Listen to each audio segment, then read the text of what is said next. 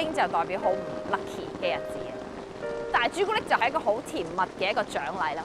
咁我覺得人生就係你會有好甜蜜嘅時候，但係亦都會有好灰嘅時候。咁如果你得到中間嘅平衡，就係朱古力 rain 咯。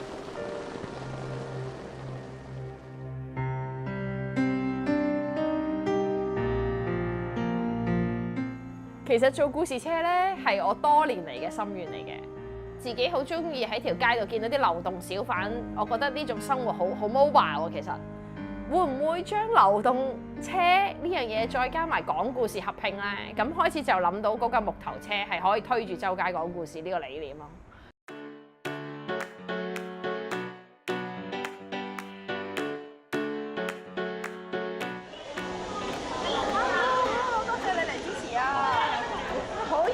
咁平常咧，我就會推住呢個木頭車咧，好似魚蛋檔咁樣咧，就會每個公園或者係每個場地都會去探訪，因為佢四方方去移動。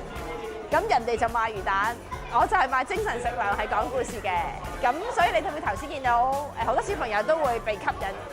其實佢哋唔知發生咩事嘅最初嚟嘅時候，咁但係一路講嘅時候就好投入咗落去咯。今日安排咗一班大嘅小朋友同埋親子嘅活動嚟嘅，咁有填顏色啦，有手作班啦，咁同埋好多小朋友今次第一次係揸針嘅。油顏色嘅時候用力少少，因為啲布唔係咁食色嘅，所以要大力少少。食咗飯未？小朋友食咗飯未？咁就大力啲，咁同埋幾 crazy 都得嘅。我啲幼兒顏色先至入棉花邊，將佢變做 3D。但係你知㗎啦。喺一個 iPad 嘅年代，小朋友一見到識喐嘅畫面，就會唔想再聽阿媽講一啲比較古舊嘅故事。咁阿媽就算幾想講，又講唔到喎。咁但係通常去到我 workshop 嘅時候，靠姐姐講咧，放低啲電子遊戲，咁啲小朋友都中意會肯聽嘅。平時屋企有冇做呢啲嘢㗎？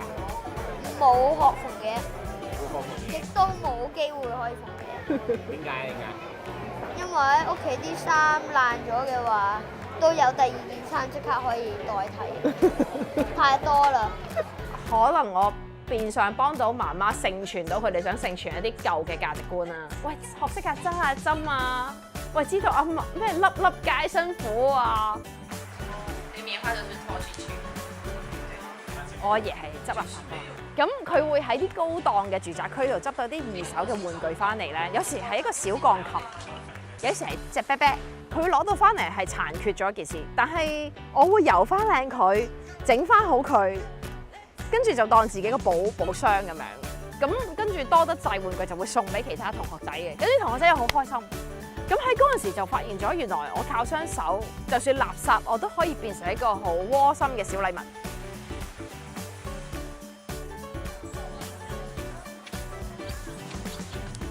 冇咗好多星期六日休息嘅時間，但係又俾咗好多開心嘅時光同埋回憶我，因為可以同一班小朋友或者基層嘅小朋友一齊嘅時候，見到佢哋好滿足嘅感覺，我已經好開心啦。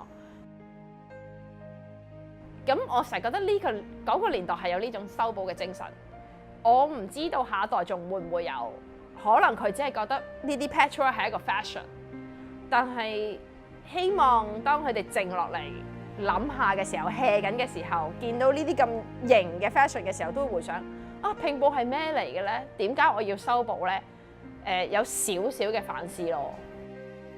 咁細個就會覺得幾好啊！你揸住一盒顏色，一個凳仔，你就可以幫人畫人像，咁你就可以生存。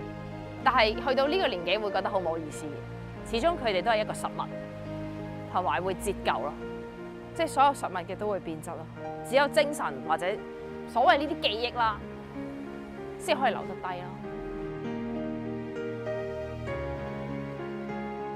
我哋香港的童話嘅計劃會喺18區收集香港英雄嘅故仔，而我哋工作坊嘅 DIY kit 亦都會喺網上嘅平台發售，每買一件就會送多一件俾低收入家庭嘅小朋友。